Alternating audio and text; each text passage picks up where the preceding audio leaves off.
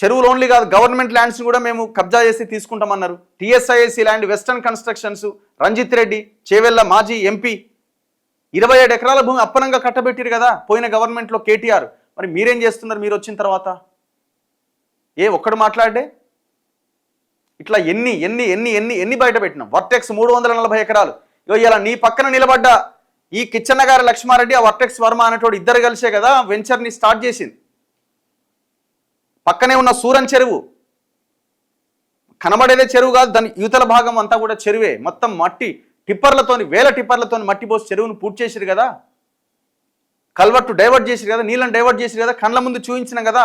నాతో పాటు 20 యూట్యూబ్ ఛానళ్ళు మేము అంతా కలిసి వెళ్ళి అక్కడ వీడియో ప్రజెంట్ చేసినాం కదా. మరి ఏది వెరీ యాక్షన్? ఏది అసలు యాక్షన్ ఇనిషియేట్ తీసుకోలే కదా. నాకేం సంబంధం లేదంటాడు ఆయన రంగనాథ్. అంటే మీకు నచ్చినది ఒకవేళ అక్కడ క్లియర్ చేయగలిగితే క్లియర్ చేస్తారు.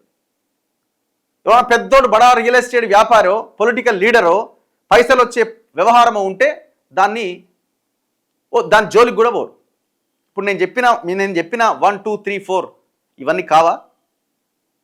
చెప్పండి, మీరే చెప్పండి. నాకున్న క్వశ్చన్స్ మీరే ఆన్సర్ చేయండి. ఇది అయిపోయింది.